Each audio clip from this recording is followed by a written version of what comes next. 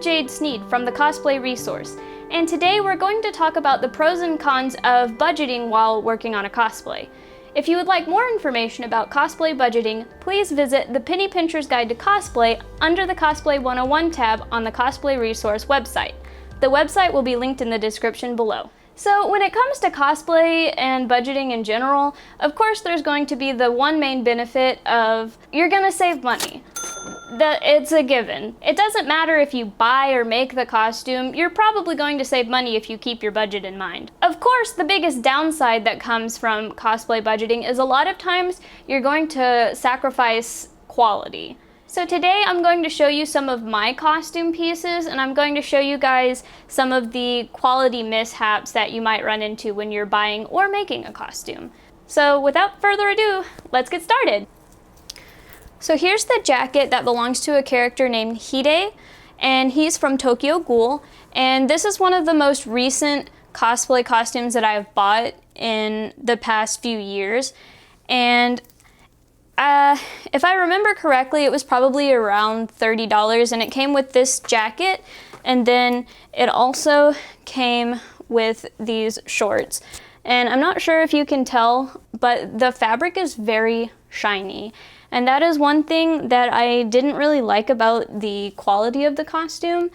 The reason why I don't really like the shininess of the costume is because this is supposed to be more of a casual outfit, and so the shininess kind of makes it look more costumey, and I kind of like my outfits to look more realistic. I would like the costume better if it was made out of a more cotton material. If detail is something that you're really looking for in a cosplay, you're not going to find it with the budget costumes. Usually you have to go with the more expensive costumes, or even buy a commission from someone who focuses on hand making costumes and making them as accurate as possible.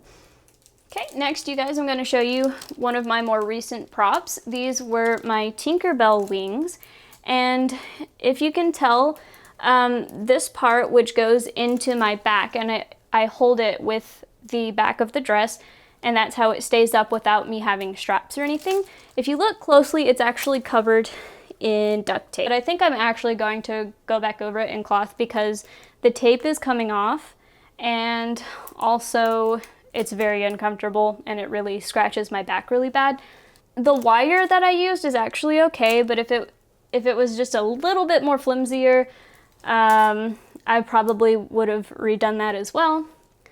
And I bought clearance cellophane, and if you can't tell, some of it's already kind of coming off, and I don't know if it's because I bought it on clearance and it was old, but for some reason it just didn't stick to the wings very well, so I may end up taking this cellophane off and replacing it. Redoing your costumes isn't necessarily a bad thing, or redoing pieces, because sometimes you may come across more money the next time, or a better way of doing things while still keeping the budget aspect, and that's completely okay. There's a lot of times where I have made a budgeted version of something and I am planning to go back and remake it. Don't be afraid to go for a budget option now and then save up your money and then invest the next time, because when you invest your money in something and it'll last a long time, that's actually a better way of budgeting in the long run. So finally, I'm going to talk about my Starfire cosplay. I made this out of craft foam from Walmart. This craft foam, I got a huge package of it for $5, and I used maybe one sheet out of it, maybe two, probably two sheets. The biggest thing when it came to making this cosplay, it looked really, really good when I first made it. And even from far away, it still looks pretty good. But if you get up really close, you can see cracks from where it's been sitting and stored, and it's been bending, and the paint is cracking, and the overall shape just doesn't hold up very well. The same thing kind of goes with her arm gauntlets.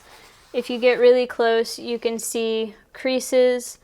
And the other thing, I'm very worried about these costume pieces, because if they catch on something, or if somebody grabs onto me, it's going to be very, very easy for it to tear. And so this is one of those cosplays where it's like I really wanted the armor, but I didn't have the money to invest a lot of money into right now. So I went ahead and I went with the budget version. I'm going to remake her armor with a thermoplastic called Warbla. It's very, very popular in the cosplay community. Essentially what you do with Warbla is you warm it up with a heating gun, or I'll probably end up using my blow dryer if I can't shell out the money for a heating gun.